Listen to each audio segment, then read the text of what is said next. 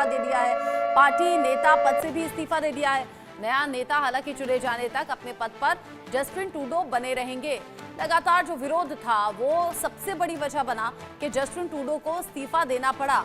कल ही आपके अपने चैनल इंडिया न्यूज ने आपको एक खबर दी थी कि जस्टिन ट्रूडो पीएम पद से इस्तीफा दे सकते हैं और बहुत जल्द दे सकते हैं, और रात तक ये खबर सामने आ गई कि जस्टिन ट्रूडो ने अपने पद से इस्तीफा दे दिया है। लगातार जो ऑपोजिशन था वो तो विरोध कर ही रहा था, वो तो इस्तीफे की मांग कर ही रहा था, लेकिन मुश्किलें वहां ज्यादा बढ़ गई जहां जस्टिन ट्रूडो को खुद की अपनी पार्टी का विरोध का सामना करना पड़ा। अपने ही सांसद जब ये विरोध करते हुए मांग करने लगे तो जस्टिन ट्रूडो को आखिरकार इस्तीफा देना पड़ा। एंटी इंडिया एजेंडा चल रहा था, भारत और कनाडा के बीच रिश्तों में तल्खी भी देखी गई। ऐसे में जस्टिन ट्रूडो जो कि अलग अलग तरीके से विरोध का सामना कर रहे थे, सबसे बड़ी बात जिस तरीके से कनाडा में खालिस्तान का समर्थन हो रहा था वो कुछ ऐसी वजह रही जिससे कि जस्टिन ट्रूडो को अपने पीएम पद से हाथ धोना पड़ा, कुर्सी छोड़नी पड़ी, इस्तीफा दे दिया है। अब पार्टी नेता के पद से भी इस्तीफा दे दिया है। पार्टी नेता जब तक चुना जाएगा नया, यानी कि अगला जब तक नेता चुना जाएगा तब तक अपने पद पर बने रहेंगे जस्टिन ट्रूडो, और अभी पीएम पद से इस्तीफा उन्होंने दे दिया है।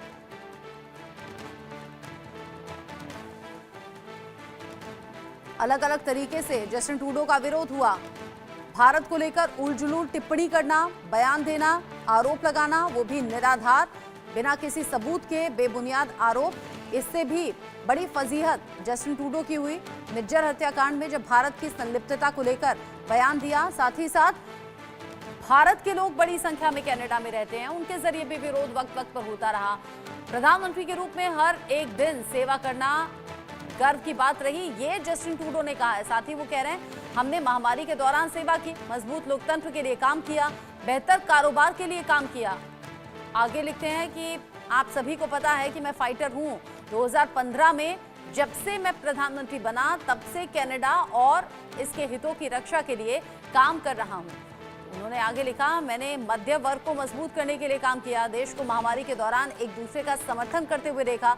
अगले चुनाव में देश के पास एक बेहतर पसंद होनी चाहिए, और अगर ऐसे में वो आंतरिक लड़ाई लड़ते रहेंगे तो वो कनाडा में मतपत्र पर लोगों के लिए सर्वश्रेष्ठ विकल्प नहीं हो सकते। 2015 में जब सत्ता संभाली थी तब की तुलना में कनाडा की स्थिति बेहतर है, ये दावा किया, और पूरी स्थिति बताते हुए जस्टिन ट्रूडो ने अपने पद से इस्तीफा दे दिया है। आदित्य वाधवान इस खबर को लेकर ज्यादा अपडेट के साथ जुड़ गए इंडिया न्यूज संवाददाता। आदित्य, कल दिन में हमने खबर ब्रेक की थी कि बहुत जल्द इस्तीफा हो सकता है और जस्टिन ट्रूडो को इस्तीफा देना पड़ सकता है। रात तक खबर आ भी गई कि इस्तीफा दे दिया है। चौतरफा विरोध सबसे बड़ी वजह बना, हालांकि पोस्ट में उन्होंने बड़ी मीठी मीठी बातें लिखी हैं। देखिए, ये सबको पहले से पता था कि ट्रूडो रिजाइन कर देंगे, और वही हुआ, क्योंकि इंटरनल पार्टी में बहुत ऑपोजिशन हो रहा था। एक तो जो खालिस्तानियों को, जो खालिस्तानी कॉकस है कनाडा में, उसको जो मेजर रीजन बना है कि ट्रूडो को क्यों रिजाइन करना पड़ा इस इमीडिएटली इस तरीके से, क्योंकि ये जो खालिस्तानी कॉकस को जो सपोर्ट कर रहे थे, ऑब्वियसली वो उनके अपने पॉलिटिकल गेन्स भी थे उनके साथ एक उनकी मजबूरी भी थी कि खालिस्तानियों को, जो कॉकस को वो सपोर्ट कर रहे थे, क्योंकि वो पार्टी में उनकी पकड़ थी, और उसी वजह से ट्रूडो को इस तरह से रिजाइन करना पड़ा, क्योंकि वो इनको महंगा पड़ा है। क्योंकि हम देखते आए हैं कि ट्रूडो ने काफी ऐसी स्टेटमेंट्स करी, एंटी इंडिया स्टेटमेंट वो ऑलरेडी दे रहे थे, कि बार बार वो इंडियन गवर्नमेंट को अक्यूज कर रहे थे कि आपने ये जो खालिस्तानी टेररिस्ट जो दो मारे गए थे, हरदीप सिंह निज्जर की, इसमें इंडियन एजेंसीज लाइक रॉ का हाथ है, और ये वो पहले से उसी लाइन पर चल रहे थे जो खालिस्तानी लाइन उनको चाह रही थी। बट वो जब उनको खालिस्तानी कॉकस को ये लगा कि ट्रूडो जो है अपने जो हमारा जो उनका जो एजेंडा है उसको फॉरवर्ड नहीं कर पा रहे, तो उनके विद इन द पार्टी उनके खिलाफ विरोध होने लगा। उससे उनकी पकड़ भी पार्टी पे कमजोर सी हो गई।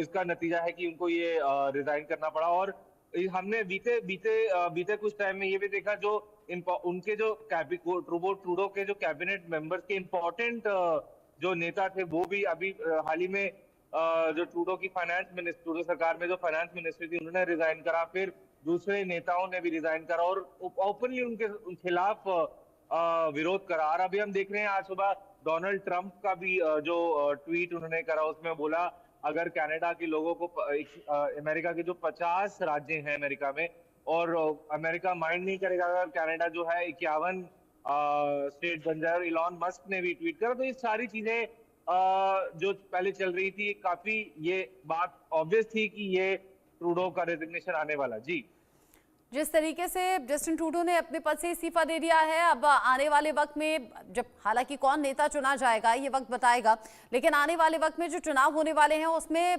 नुकसान बड़ा होने वाला है। जो चुनावी जानकार भी अक्सर ये कयास लगाते रहे या फिर ये कहिए प्रिडिक्ट करते रहे आदित्य, लेकिन ये जो पोस्ट किया गया है जस्टिन ट्रूडो की तरफ से, उसमें ये बताया गया है कि जब से मैंने कुर्सी संभाली है तब से लेकर आज तक कनाडा की स्थिति बेहतर हुई है, यानी आने वाले चुनावों में अपने लिए स्कोप देख रहे हैं वो। नहीं, मेरे ख्याल से ये ऐसे क्या होता है कि जब कोई जिसने रिजाइन करा है, जब किसी मुश्किल स्थिति में वो निकले हैं, तो ऐसा माना जाता है कि मतलब वो इस तरह की बातें तो ऑब्वियसली कहना रहता ही है कि हमारी पार्टी को ये इंटरनल थोड़ा सा पार्टी के लिए अच्छा एक डिसीजन है, उसके लिए फेरबदल करा। बट ऐसा माना, क्योंकि पहले भी जो पॉलिटिकल जो रुझान आ रहे हैं कनाडा में, उसमें साफ तौर पे बताया गया है कि ऑपोजिशन पार्टी की ही जीत निश्चित है नेक्स्ट इलेक्शन में, और ट्रूडो की पार्टी ऑन द बैकफुट है। तो ये सारी बातें, इस तरह की बातें जो है थोड़ी सी मीनिंगलेस है at this point of time. बाकी आगे देखना रहेगा कि जिस तरह से इलेक्शन आगे कनाडा में जो इलेक्शन होते हैं उसका क्या नतीजा आता है। जी, अच्छा, उधर डोनाल्ड ट्रंप का जीतना, 20 तारीख से जिम्मेदारी संभालना, शपथ ग्रहण होना और उससे ठीक पहले ये हलचल होना, यानी कि कनाडा को लेकर खबर थी, पाकिस्तान को लेकर खबर थी, बांग्लादेश को लेकर खबर थी कि डोनाल्ड ट्रंप का जीतना किस किस में बेचैनी पैदा कर रहा है, उनमें जस्टिन ट्रूडो का भी नाम था। अब जस्टिन ट्रूडो के इस्तीफा देने के बाद खबर बांग्लादेश को लेकर भी बहुत तेजी से बढ़ रही है कि क्या अगला नंबर अब बांग्लादेश का है। जी, देखिए, ये जैसे ही डोनाल्ड ट्रंप जब जीते हैं तो इमीडिएटली जब डोनाल्ड ट्रंप ने 3 कंट्रीज का नाम लिया था, आई थिंक 2 कंट्रीज का, जो है चाइना और कनाडा और मेक्सिको, 3 इनफैक्ट, कि हम 100% टैरिफ लगाएंगे इन कंट्रीज पे। तो उसी के बाद क्या हुआ था कि ट्रूडो इमीडिएटली अमेरिका गए ट्रंप से मिलने रिगार्डिंग ये इस टैरिफ पे डिस्कशन करने। और जहाँ की बांग्लादेश की बात रही तो ट्रंप ने अपने इलेक्शन स्पीचेस में ये बोला भी था कि ये बांग्लादेशी हिंदूज का उन्होंने जिक्र करा था अपने स्पीचेस में। तो देखा जाएगा जब ट्रंप जो 20 तारीख के बाद जब ऑफिस लेंगे, तो मुझे लगता है कि क्योंकि बांग्लादेश का भी स्पेसिफिक मेंशन करा था उन्होंने अपनी इलेक्शन स्पीचेस में, तो उस पे वो मद्देनजर बनाए रखेंगे। और ये कनाडा का भी उन पर फोकस था कि हम टैरिफ लगाएंगे, ट्रेड बैरियर क्रिएट करेंगे, क्योंकि वहां पर इंपोर्ट और एक्सपोर्ट अमेरिका और कनाडा में ट्रेड का डेफिसिट थोड़ा सा था। तो इस वजह से सारी चीजें जो है निकल के आ रही हैं। जी, ठीक है आदित्य, नजर आप रखिएगा, आगे जो अपडेट होगा इस खबर से जुड़ा हुआ आपके जरिए दर्शकों तक पहुंचाएंगे। अभी के लिए शुक्रिया। आगे बढ़ेंगे, अगली खबर